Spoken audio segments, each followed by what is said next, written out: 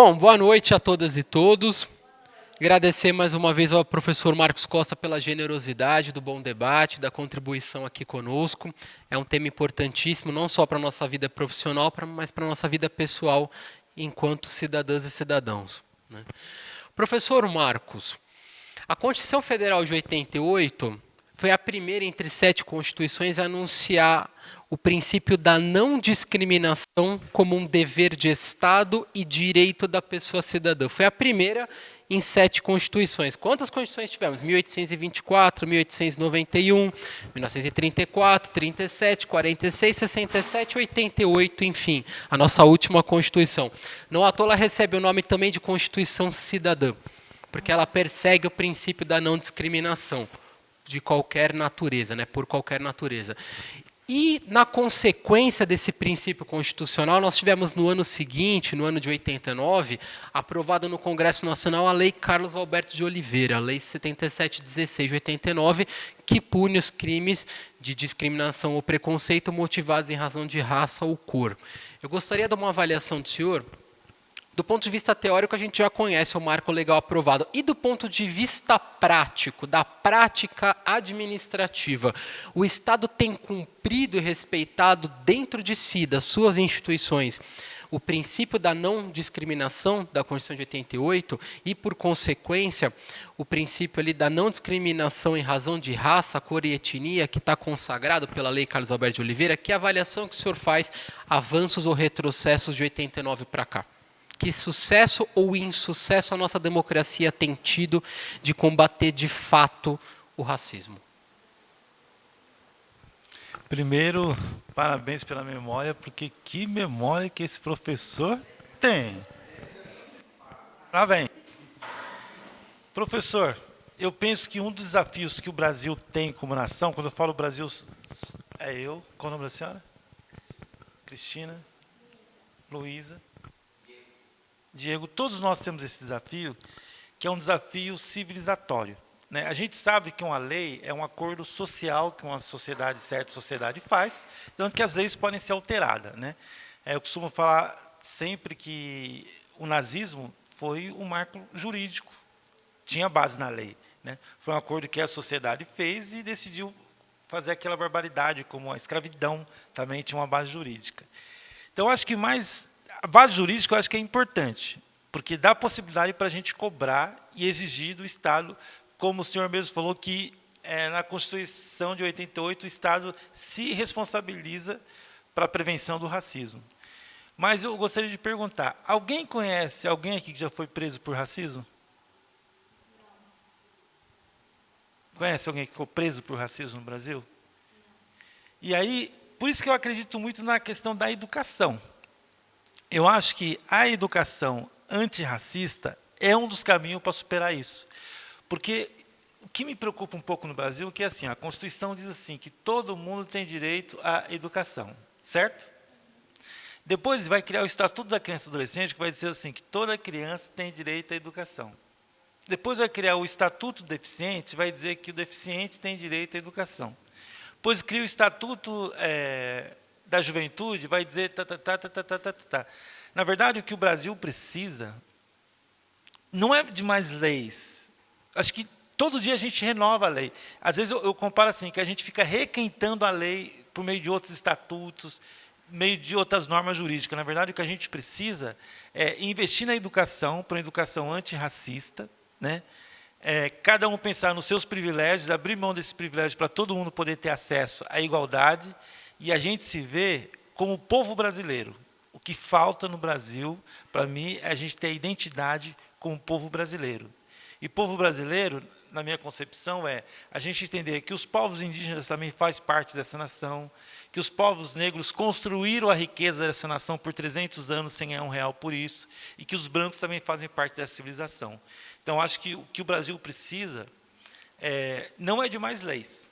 Mais leis eu acho que não vai resolver o problema no Brasil. Acho que o Brasil precisa de uma revolução mental e civilizatória da gente como povo brasileiro.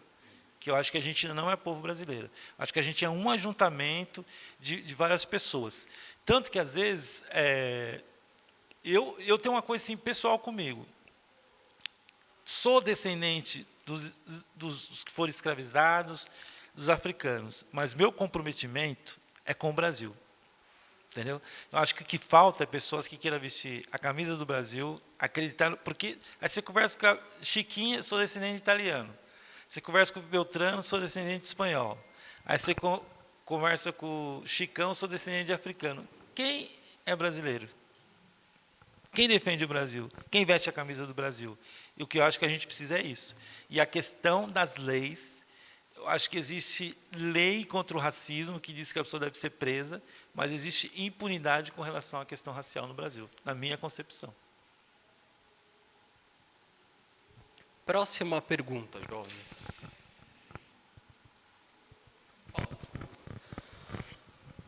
Boa noite, professor. Boa noite, Nogueira. Você é o? Sou o Paulo. Paulo. Prazer, viu, Paulo? Bom, é sobre o racismo Epistêmico. epistêmico.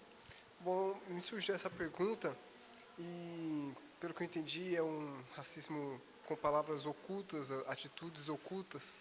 E eu gostaria de entender se esse está dentro dos nossos valores que nós implementamos todos os dias, nós levamos para a vida. Se ele está, como que a gente pode fazer para que mude esses valores, para que a gente possa alterar essas formas de praticar racismo? Eu acho que a gente tem que olhar para o espelho. Se o espelho começar a falar que existe alguém mais bonito que você fala, espelho, cala a boca que espelho não fala. Certo? Porque às vezes esse espelho pode ser uma distorção da sua mente, como tinha essa menina do conto. Porque esses contos parecem inocentes, mas são profundos, gente. São profundos. E aí eu acho que a gente tem que fazer o quê? A gente tem que... Por exemplo, vou dar um exemplo. Os europeus desenvolveram parte da ciência, que para mim quem fez ciência não foi só os europeus, os africanos também fizeram, os indígenas também. Porque ciência é conhecimento, consciência, com conhecimento. E aí eu acho que a gente tem que pensar assim, por exemplo, os valores que a gente tem civilizatórios que seria importante para a gente se desenvolver como um povo. Por exemplo, os indígenas, por onde eles passam, eles destroem a natureza? Então, acho que a gente poderia pensar assim, bom, eu acho que a gente poderia pegar esse valor para pensar políticas públicas, que é o nosso caso aqui, para pensar a constituição de um país. Vou te dar outro exemplo. O carnaval, cara. O carnaval mobiliza, por exemplo, 3.000 pessoas de uma comunidade. Eles conseguem contar a história da matemática ou a história da ciência de uma maneira lúdica, de uma maneira divertida, onde a pessoa dança, a pessoa se diverte, une as pessoas da comunidade, gera emprego, gera renda. Eu acho que deveria ser uma tecnologia que a gente poderia aprender com a gente. Né? Como que a gente poderia trazer os valores civilizatórios de uma escola de samba, como trazer os valores civilizatórios para a escola pública, por exemplo? Por exemplo, nós estamos sentados aqui, pessoal, e nós estamos sentados desse jeito desde 1500. Um aluno atrás do outro, um de costa para o outro, um enxergando a nuca do outro, entendeu? Acho que a gente tem que pegar essas potencialidades que a gente tem e trazer para o nosso cotidiano, que é a revolução cotidiana. Outro exemplo, capoeira. Eu penso que os valores civilizatórios da capoeira, ela nos ensina que nem sempre a gente tem que bater. Às vezes, a gente pode dar um gingado. Às vezes, a gente pode fingir que vai e não vai. Sabe essa malandragem positiva? E aí, como que a gente consegue trazer isso para o nosso cotidiano? Para o nosso cotidiano. Porque não adianta eu querer a mudança social. Gandhi falava assim, seja a mudança que você quer ser no mundo. Para mim, o que falta na humanidade, no mundo, é você ser a mudança que você acredita que deve ter. Porque se você, Paulo, não for, se tu não for a mudança que você quer ver no mundo, o mundo nunca vai mudar. Entendeu? E aí eu acho que assim, a gente perceber assim, por exemplo, o povo brasileiro, no mesmo tempo que a gente é violenta, a polícia é violenta, mas nós também somos solidários. Entendeu? E é pegar esses elementos e trazer para dentro do nosso cotidiano, para dentro das nossas práticas, para dentro da nossa vida profissional, sabe? E uma coisa que eu acho fundamental, gente, a gente nunca perder a amorosidade. Amorosidade. Quero dar só um exemplo. Hoje, postei até no meu Instagram. Eu estava na estação Vila Prudente do metrô. E tinha uma senhora, e eles desligaram a escada rolante. E tinha uma senhora que ela é idosa. Ela estava carregando uma sacola, várias coisas e um carrinho. E o povo estava desesperado para passar. O povo desesperado. E ela, ai, desculpa que eu estou atrapalhando, mas ninguém pegou a mala dessa senhora para ajudar, o carrinho dela para ajudar. O que eu percebo? Que a ciência e tecnologia, ao invés de ser um fator que vem para contribuir para nós, eu não vou negar que a ciência contribui, porque eu estou vivo, eu tenho diabetes. Se eu não estivesse tomando insulina, glicazida e outros remédios, provavelmente eu não estaria mais vivo. A ciência contribui. Mas só que qual que eu acho que é o grande problema da ciência e tecnologia hoje, sobretudo nas grandes cidades? É que ao invés de a gente usar a tecnologia para a gente pensar, facilitar a nossa vida, nós estamos entrando no ritmo das máquinas. Você entendeu? E quando a gente entra nos ritmos das máquinas, a gente fica como aquela música do Chico Buarque, morreu na contramão, atrapalhando o sábado. Eu já vi pessoas falando dentro do metrô, pô, o cara tinha que se jogar logo hoje que eu tenho que trabalhar. As pessoas, entendeu? Isso é uma loucura, nós estamos vivendo uma loucura. E aí eu acho que a gente tem que pensar um outro modelo civilizatório. Entendeu? Um outro modelo. Aí você pergunta, você tem a receita? Eu não tenho. Uma receita que eu procuro colocar em prática é mudar a vida do meu filho. Entendeu? Porque se eu tiver um ser humano a menos dando problema para a humanidade, eu sei que pelo menos a minha aldeia eu estou mudando. Tento ser solidário com meus amigos de trabalho. Tento não construir uma relação de concorrência, de disputa. Eu acho que pode ser... por exemplo, eu poderia escrever um projeto lá onde eu trabalho, na universidade, e esconder o projeto só para mim. Não, eu escrevi, eu fiquei... Não. O que eu faço? Escrevi o projeto aqui, daí eu vou passar pela parte jurídica para ela avaliar, vou passar pela parte de projetos, pela parte pedagógica, entendeu? Eu acho que essas mudanças cotidianas, um dia abalam a estrutura. Entendeu? Mas tem que começar por mim. E nem sempre eu vou ganhar, às vezes eu vou perder. Mais alguma questão, Jonas? Quem mais nos ajuda?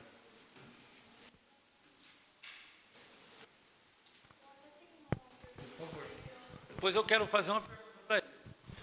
Por favor. Boa noite, professor. Boa noite, turma.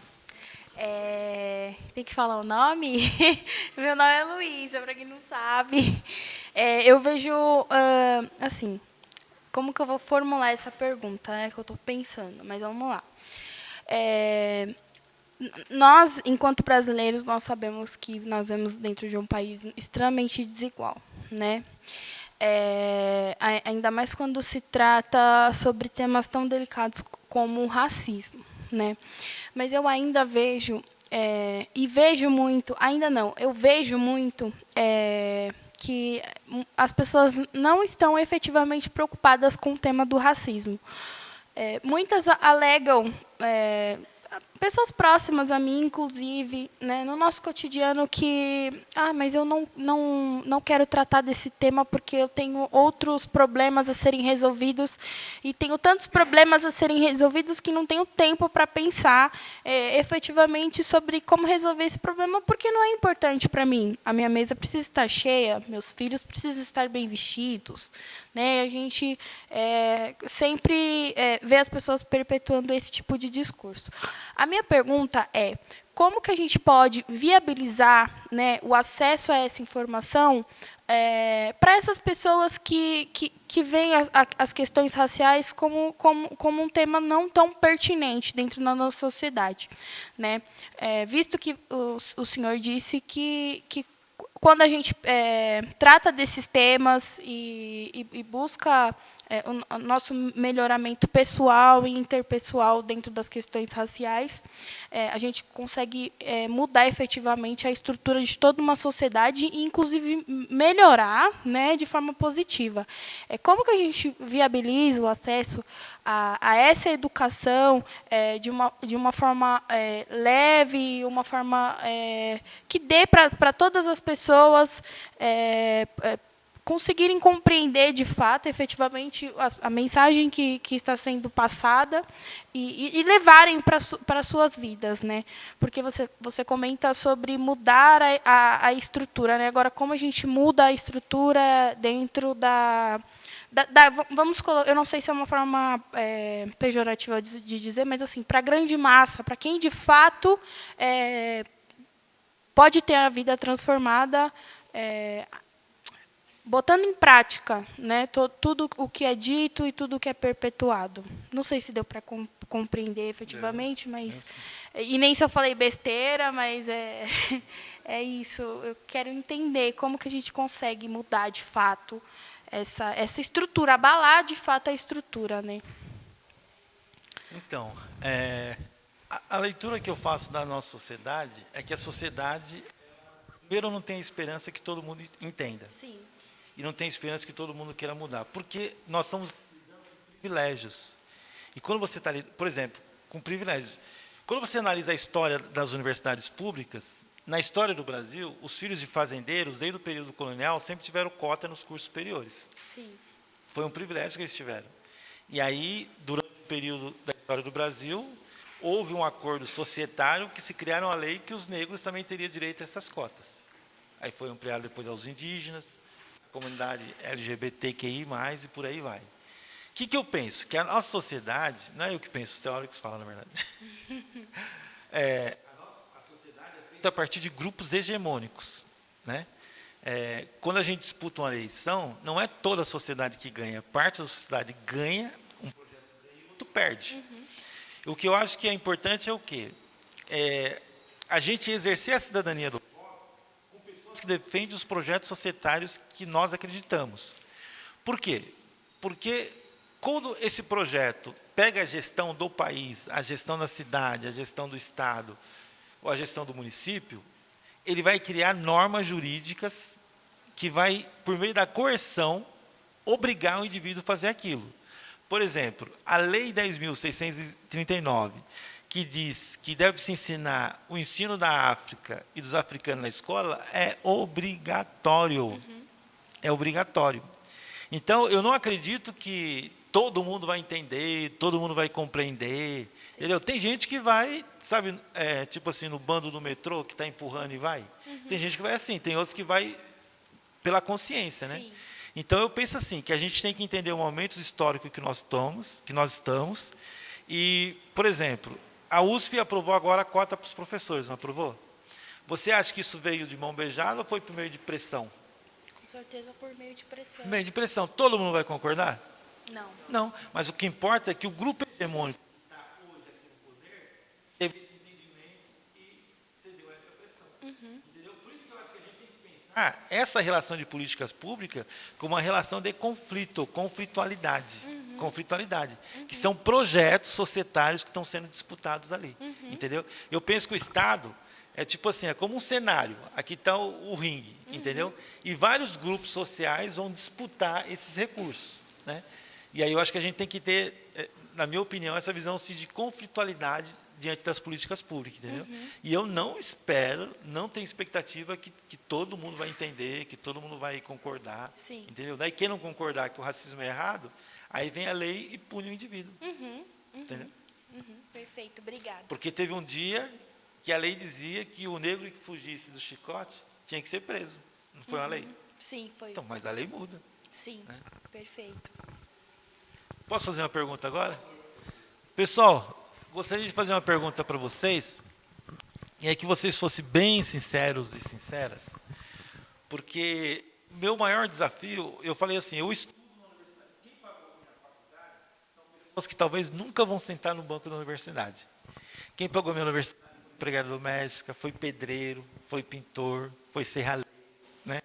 São pessoas talvez que não saibam nem o que é a universidade federal, né?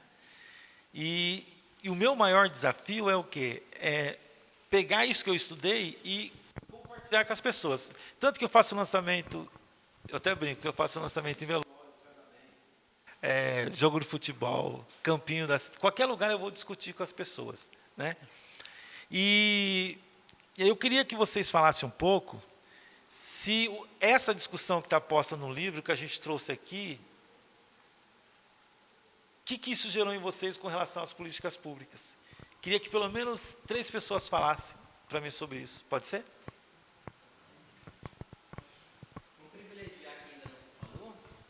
Pessoal, e vocês têm que entender que falar é um ato político.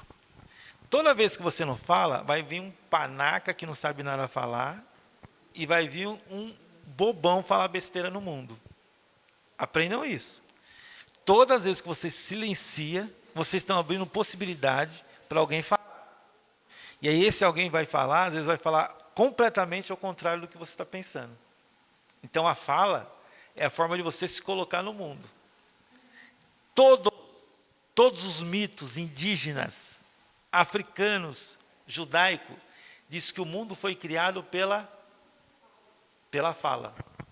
Quando nós estamos falando, nós estamos construindo um projeto de sociedade a partir da oratória. Entendeu? Então, nunca percam a oportunidade de falar. Falar é um ato político, é trazer à existência aquilo que não existe. Nunca esqueça disso, tá? O pensamento aqui dentro não vai mudar nada. Mas quando você projeta esse pensamento para fora, você começa a construir possibilidades, começa a construir pontes, começa a construir recursos. E vocês vão lidar com política pública, meu. Aprenda a abrir a boca. Fale merda, mas fale. Tá bom? Marcos, professor, eu queria fazer até uma pergunta. E para que você pudesse dizer qual que é a importância da gente aprender a investigar os dados, para a gente ter conhecimento, inclusive da nossa própria cultura, né? Que nem você falou, você é brasileiro, né? Eu ainda estou numa busca em que, para mim, se faz necessário conhecer um pouco mais da história dos africanos, dos afro-brasileiros, para aí sim chegar nesse estado de consciência.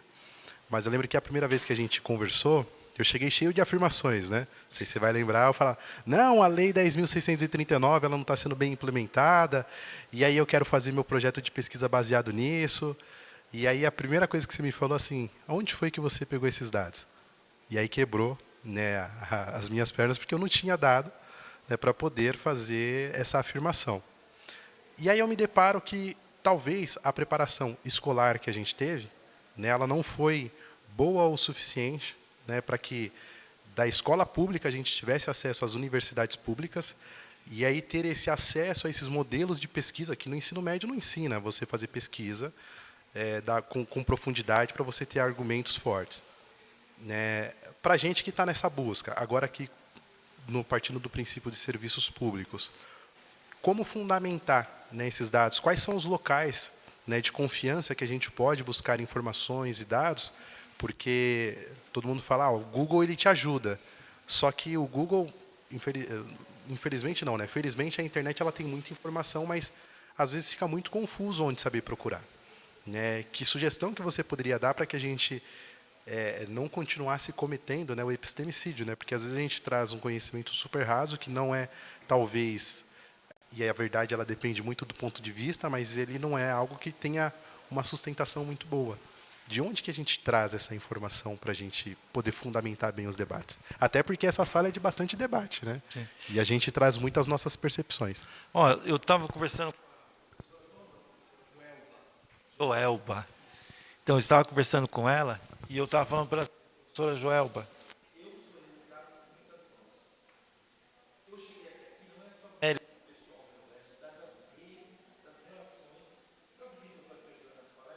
Eu construí uma relação com ele. Sabe por que eu estou sentado hoje aqui? Porque um homem e uma mulher teve uma relação afetiva.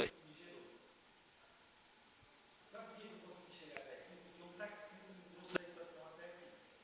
Parece que o mundo é muito individualista, mas não é tão individualista assim. Eu penso assim, eu sou um cara que eu aprendi a perguntar. Professor, existe coisa que deixa o professor mais feliz do que o aluno perguntando?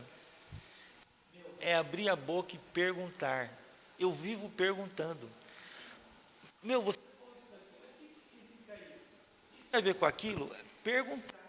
Vocês têm professores aqui qualificados, professores com conhecimento profundo. Pessoal, aproveite a oportunidade e perguntem. Abre a boca e pergunte. Professor, com relação a isso, eu tenho dúvidas sobre isso. Se o professor não souber, ele vai consultar outro professor. Muitas coisas que eu aprendi é porque eu pergunto muito. Uma coisa que eu acho que o conhecimento gera na gente é humildade. Porque você fala assim, eu penso isso hoje, mas eu não aprendi isso sozinho, foi alguém que me passou. E aí você começa a ter humildade com quem ainda não sabe aquilo. E a gente entender que cada ser humano tem um tipo de conhecimento. Por exemplo, eu posso conhecer sobre a relação da ciência, tecnologia e economia, mas eu não sei tudo, gente. Às vezes eu vou conversar com a Dona Maria fala de uma realidade lá, que eu não sabia. Então, é ter humildade e perguntar. Gente, a pergunta é algo revolucionário. Pergunta é algo revolucionário. Aprenda a perguntar. Você está lendo um livro? Está lendo uma bibliografia? Pergunta para o livro. Ele fala assim, porque as políticas públicas são um espaço, que nem o professor falou, porque as políticas públicas é aquilo que se faz e aquilo que não se faz. O cara afirmou. Você pergunta, coloca uma interrogação lá. Políticas públicas é algo que se faz e não se faz? Pergunta para a verdade. E o livro é uma hipótese. É uma tese que o cara está defendendo ali. E aí pergunta, mas políticas públicas é aquilo que se faz e não se faz? Entendeu?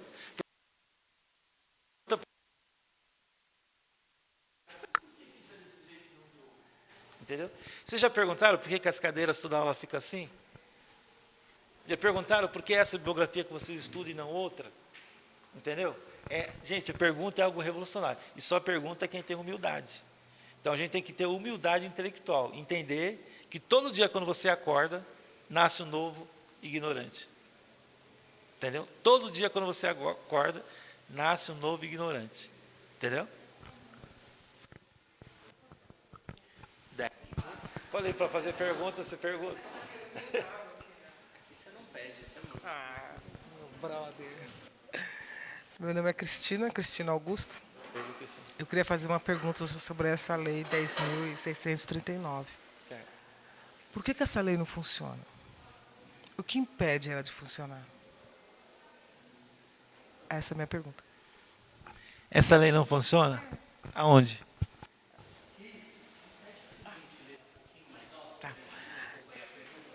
Então, porque como o professor falou que essa lei ela é para ser ensinado em todas as escolas, né, sobre a cultura negra. E por que isso não acontece?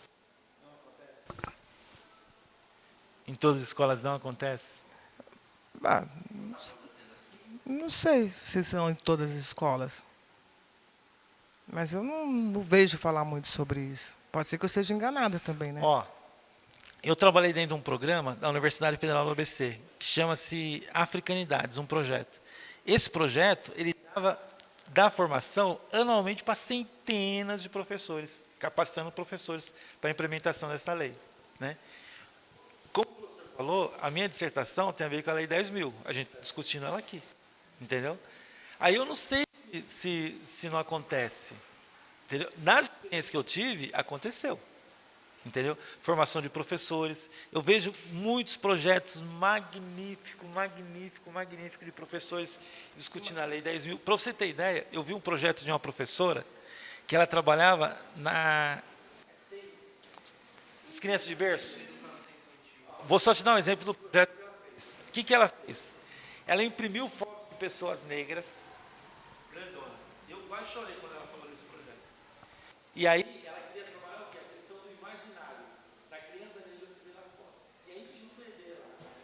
que ele era apático.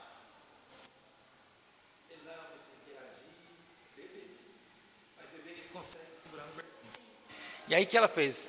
Ela pegou, esperou as crianças dormir, tiraram no colocou as fotos. Esse bebê, quando acordou, ele ficou em pé, ficou olhando para a foto, interagiu com a foto. E aí depois ela ficou sabendo que o pai da criança era negro. Entendeu? E então, eu acho existem movimentos que estão acontecendo, mas às vezes está na visibilidade porque a gente não está nessa onda. Você entendeu? Não está nessa onda, mas existe muita coisa boa acontecendo por aí, viu? Não, eu sei que existe muita coisa boa acontecendo. Eu estou falando assim, na escola pública, assim, tipo. Não, mas eu estou falando pela... Sei. Até o ano passado eu fui professor de escola pública, né? Do Estado. E eu sempre fiz... E essa lei, que não pode ter uma data específica para você trabalhar isso. Você tem que atravessar o currículo. Eu já fiz projeto de professor de química, já vi os professores fazendo também. Essa lei, o que ela fala mesmo na realidade? Essa lei? O que ela traz? Ela fala, basicamente, ela diz assim, que é obrigatório o ensino da cultura africana e afro-brasileira nas escolas e mostrar a contribuição que esses povos tiveram para a civilização. Só que quando você vai ler o parecer do Conselho Nacional de Educação, você sabe que é esmiuçar essa lei. Aí ele diz assim, que tem que pesquisar e tem que ensinar, por exemplo, a contribuição dos povos africanos para a química, para a física, para a matemática, para a língua portuguesa. Por exemplo, uma das coisas que deve ser ensinada, vai estudar o desenvolvimento do Brasil. Sem a presença do trabalho negro, teria o ciclo do ouro no Brasil? O que vocês acham? Sem o trabalho da população negra, teria o ciclo do ouro no Brasil? Teria o ciclo do pau-brasil? Essas riquezas contribuíram para a riqueza da África? Desculpa, da Europa? Sim. Então, sem a presença do trabalho escravo, não teria se desenvolvido o capitalismo. Só isso. A nossa população só contribuiu para o início do capitalismo. Entendeu? Para vocês terem ideia, começo da Revolução Industrial na Inglaterra, a maior parte do algodão que saía para fazer tecido na Inglaterra, e que enriqueceu a rainha, o rei Charles e toda essa galera que está aí, saiu do trabalho escravo dos Estados Unidos. Então, não é olhar para a escravidão como, eu sou um coitado. Não, é olhar para a escravidão como dizendo assim, eu sou descendente do povo que fez a riqueza do capitalismo.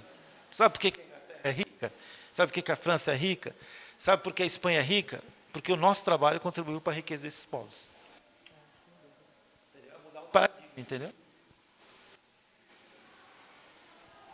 Obrigado, professor. Posso perguntar agora? Não, fala.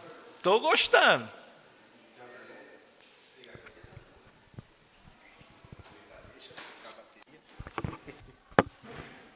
Estou gostando muito das perguntas de vocês, gente. Estou aprendendo.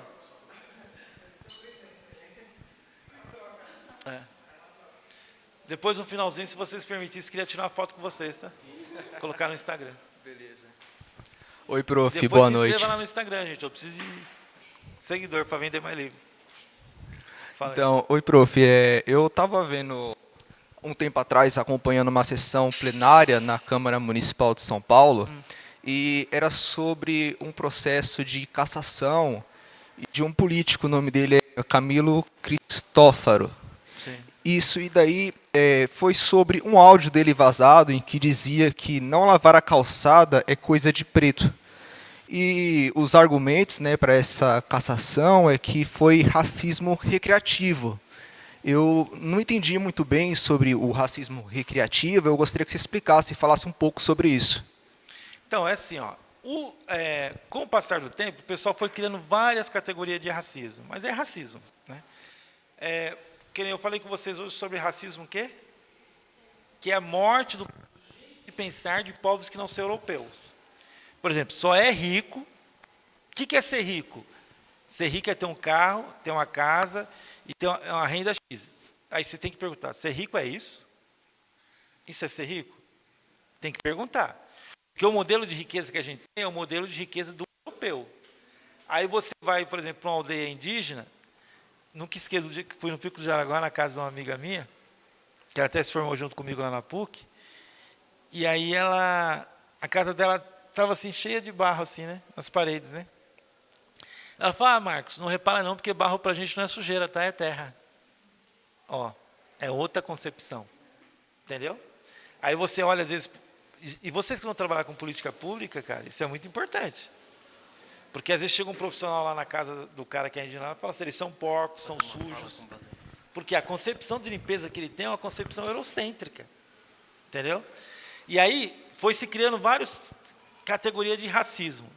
Aí criaram o racismo epistêmico, racismo estrutural. E tem o racismo recreativo. O que é o racismo recreativo? É mais ou menos assim, você usar de uma piada para humilhar o outro a partir de critério fenotípico dele, a partir de critério étnico-racial. É basicamente isso. Por exemplo, você pega um programa que nem a Praça Nossa, nos anos 80, o cara fazia umas piadas com relação ao negro que hoje é incabível. Pega as novelas da Globo e vai assistir, né? Tinha situações que eram incabíveis. Só que a gente vai construindo o conhecimento. Categorias não caem do céu, é a gente que constrói. Entendeu? Quem falou, como que chama isso daqui?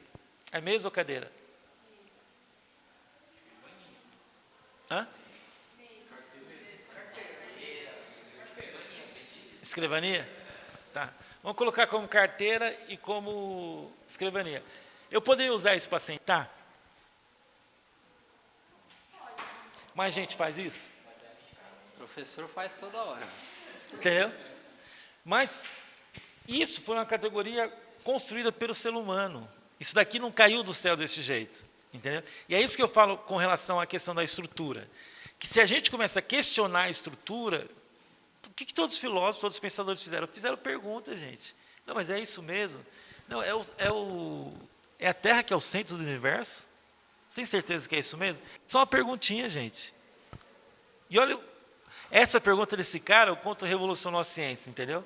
E vocês, como gestores, PAGE, que vai dar luz a um outro projeto de país, de sociedade, vocês têm que perguntar. Não é porque vocês vão chegar lá na instituição e ela está que nem um trem a 100 por hora. Vocês vão entrar nesse trem. Só que ele já está... Quantos anos existe a USP? Ela é de 34. Já vem de 100 anos.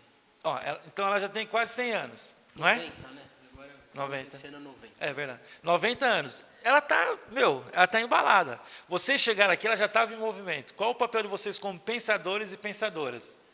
Mas é esse caminho mesmo que esse curso tem que ter? Mas essa lógica que essa universidade tem que ter? É esse rumo mesmo que a gente tem que pensar políticas públicas? Vocês têm projeto de extensão dentro desse curso? Sim.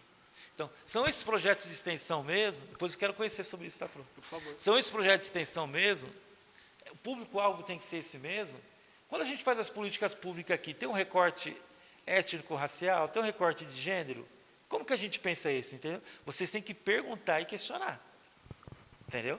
Porque às vezes a gente está acostumado naquela ladainha que é do status quo, né? Quem está ganhando não vai querer mudar, gente. Respondeu, Micael, tranquilo? Eu queria retomar uma fala da Cris.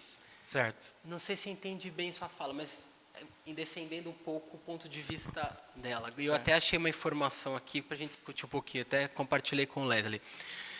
Não sei se entendi bem, Cris, mas o que você falou. Será que é porque a gente tem discutido aqui que quer dizer que todas as escolas têm discutido? Né? E aí eu faço uma provocação aqui com base, inclusive, numa matéria no Jornal da USP que vai no sentido do que a Cris exatamente nos provocou construtivamente. Sim. Fiscalização do ensino de história africana nas escolas é relegada à sociedade civil. O que isso quer dizer? Não tem informação. Não tem informação é um dado, gente. Eu, por exemplo, estudo a comunidade LGBTQIA+.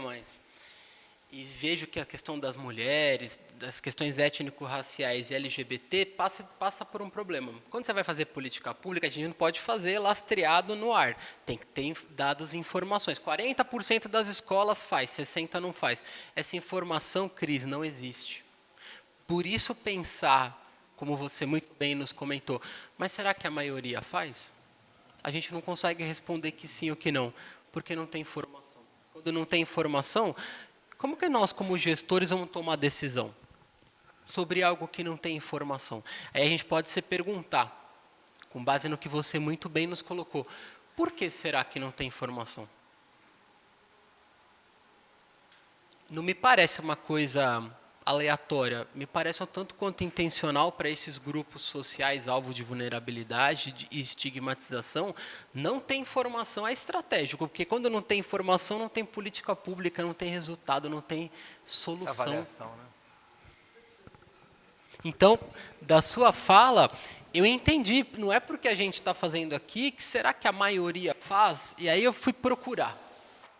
Rodei, 5 artigos no Cielo, nada de informação. Aí eu olho o Jornal da USP, mandei até se o Leslie puder compartilhar no grupo da sala.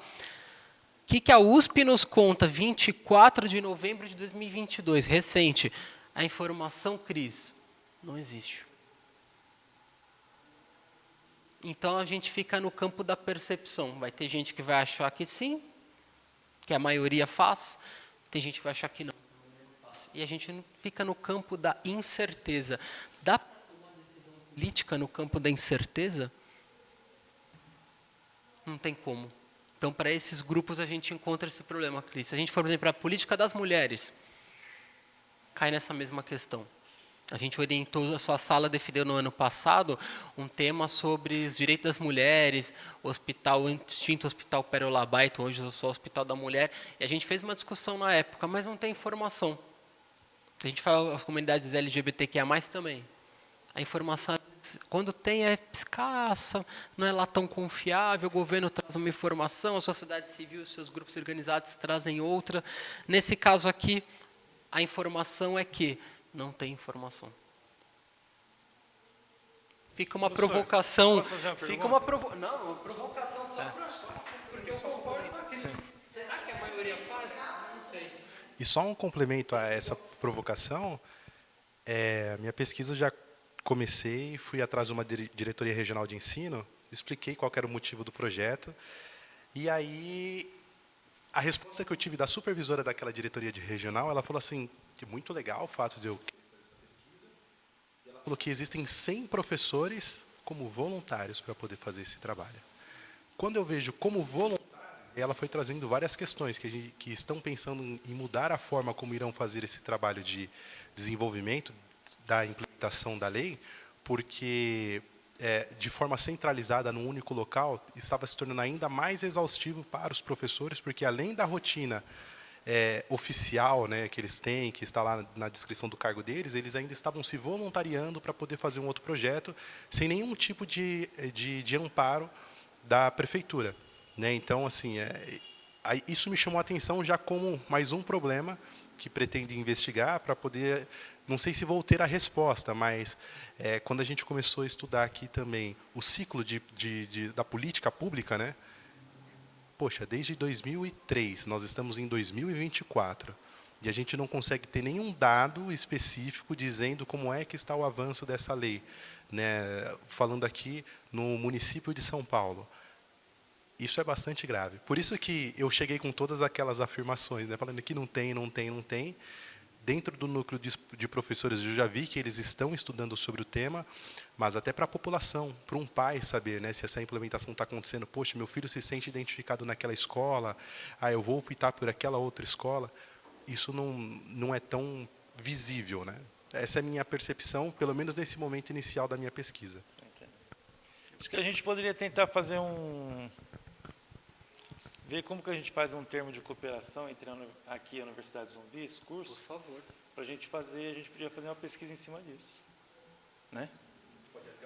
E uma coisa que eu acho que seria importante identificar, quem são os atores que teriam que fazer essa investigação? E aí, assim, André, Diretoria Regional de Ensino tem o papel de fiscalizar e de avaliar a política pública. Você está na instituição correta de ver por que não está fazendo. Está tem legislação municipal dizendo quem vai avaliar, de quanto em quanto tempo.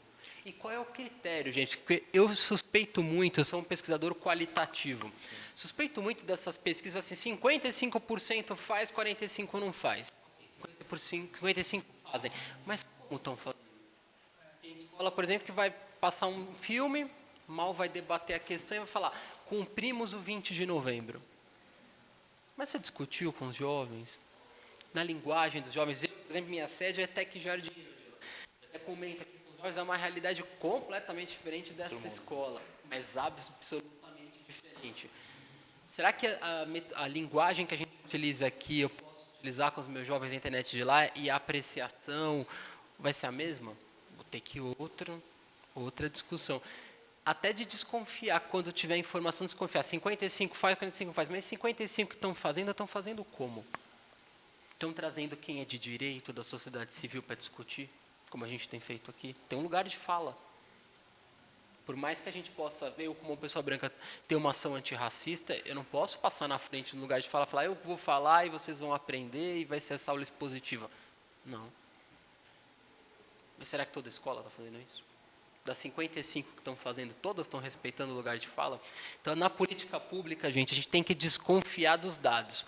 Aqui a gente está numa questão mais complexa, os dados nem existem para a gente desconfiar, nós estamos ainda um passo mais grave ainda, que é o que eu passei muito como pesquisador LGBTQIA+, também, que sou cidadão e pesquisador LGBTQIA+. Os dados não existem. E aí quando você vai ao governo e fala assim, por que o dado não existe? Não existe. Que é o que possivelmente vai acontecer, Leslie. Então aí outras estratégias, entrevista, análise documental. Porque se a gente for para o quantitativo, questionários, se a gente for esperar as porcentagens, aí é minha impressão, achismo meu. Pelo que eu vi aqui, o Jornal da USP está dizendo, as porcentagens não existem. Eu mandei para o Leslie, mando para o senhor também. Não existe a informação, Cris. E agora? E aí, Cris? Como a gente faz? O que nós vamos gestar aí? Eu também vou achar que a maioria não está fazendo. Eu estou junto com você. Porque essa informação não existe, eu, como gestor público, desconfio que você esteja fazendo. Porque se estivesse a maioria fazendo, não estaria isso registrado? Digo um pouco também do olhar do objeto de pesquisa que eu tenho também. Para falar, não, nós estamos fazendo aqui o combate à homofobia. O que estão fazendo? Aí a pessoa fica em silêncio. E o silêncio é uma resposta na entrevista. Uma resposta das mais valiosas. Se você pergunta, você está fazendo e você fica em silêncio, o que eu vou pensar? Acho que não. Então, a resposta aqui que a gente pode ter é um silenciamento, né, professor? Intencional, isso que é pior. Acho que essa é uma provocação de um último dia que eu estou aqui. Quero muito, fora do ambiente da escola, se vocês puderem e acharem que eu possa participar como ouvinte, que eu quero aprender, não quero participar, eu quero aprender. Mas na questão do racismo, você tem um lugar de fala também, cara. Não tenho. Eu posso aprender e multiplicar com aqueles que são Tem, sabe por brancos quê, também. Bruno? Porque a Ludmilla, ela fala assim, ela teve esse dia lá. E ela fala assim, ó, que o lugar de fala... A gente está falando fora do microfone. Lugar de fala não é que só o negro tem a fala. Você fala a partir do seu lugar de branco. Porque dentro do seu espaço de branco, você também faz parte desse processo do racismo. Então, todo mundo tem um lugar de fala. Porque a gente não vai conseguir acabar com o racismo sem a participação do branco. A gente não acaba com a violência contra a mulher sem o homem ter um lugar de fala sobre o que ele pensa sobre essa violência. E qual é o papel dele para prevenir? Entendeu? Então, a questão do racismo, todo mundo tem um lugar de fala, só cada um a partir do seu lugar. Entendeu? Não sei se deu para entender. Totalmente. Questão da homofobia. Eu tenho meu lugar de fala. Qual é o meu papel nesse processo? Como eu posso fazer para prevenir e não reproduzir essa discriminação a partir da minha experiência? Estou cansado. Pessoal, eu queria que vocês falassem se vocês acham que o que foi discutido do livro dialoga alguma coisa com política pública. Como? Só isso. Aí 2 pessoas falando já está bom, que eu estou só o pó, preciso ir embora. Você ri, né, filho? Maiara, Moacir,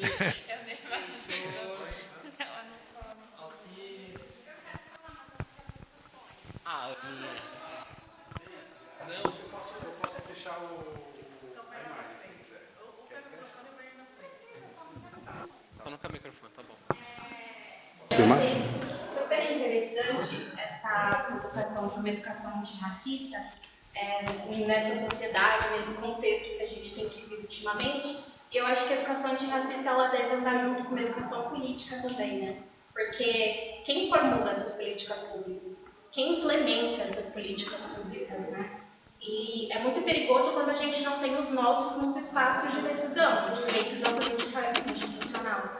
Então, acho que a gente tem que ter esse olhar também para essas candidaturas que surgem, da política institucional, dos movimentos sociais, dos movimentos antirracistas, para a gente promover essas pessoas, né, para que elas realmente ocupem esses espaços e aí sim a gente consiga essa mudança um pouco mais estrutural, mais urgente e a curto prazo que a gente tem discutido, né? É isso. Última participação derradeira. Paulo, por favor.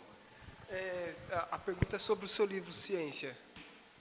Eu vejo assim que a ciência ela está muito ligada com o desenvolvimento e nessa questão de racismo, eu acredito que assim é necessário você criar agenda para fazer implementação de serviços públicos, para ter essa prática de serviços públicos dentro do racismo. E isso é uma construção. E a ciência ela traz, junto também com a tecnologia, desenvolvimentos para que você pratique essa implementação de serviços públicos. Eu vou só deixar uma pergunta para vocês e paro por aqui. O que é desenvolvimento? A ciência ela tem responsabilidade pelo aquecimento global? O que vocês acham? Tem, não tem, deveria ter, tem, não tem. Na minha opinião, ela tem responsabilidade por isso. O que é desenvolvimento? Questão alimentar. Cada dia mais a ciência e tecnologia cria besteira para o ser humano comer, e não comida. A ciência tem responsabilidade sobre isso? O que é desenvolvimento? Entendeu? Por isso que eu acho que a gente sempre tem que perguntar, o que é desenvolvimento? Ficou pensando, né?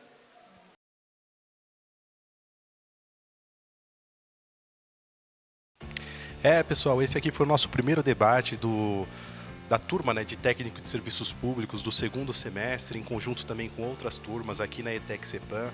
Fico honrado de ter podido promover esse diálogo, esse debate, essa construção de conhecimento, né, e assim, né, desconstruindo o epistemicídio que se foi criado no Brasil a respeito da população negra brasileira. Fico muito feliz, foi um momento muito importante, fico agradecido porque através de toda a estrutura que a Blacksburgs vem criando aí nesses últimos 2 anos, a gente conseguiu avançar e estar aqui, né, dentro da ETEC CEPAM, contribuindo com a aula de gestão pública. Tá bom? Esse é o meu compromisso, trabalhar para a desconstrução do racismo estrutural. Espero que tenham gostado, obrigado pela oportunidade, agradeço a participação de todos e até a próxima. Valeu! Bom pessoal, é isso aí. Tivemos hoje um grande debate, mas nada disso seria possível se o professor Vitor não cedesse para a gente o espaço de aula para a gente poder promovê-lo. Professor, queremos te agradecer demais por essa oportunidade. O senhor fez muita diferença em nossas vidas no semestre passado e agora no começo deste. Espero nos encontrarmos o mais breve possível. Muito obrigado a todos pela participação, por assistir e acompanhar aí posteriormente no canal. Até a próxima. Tchau!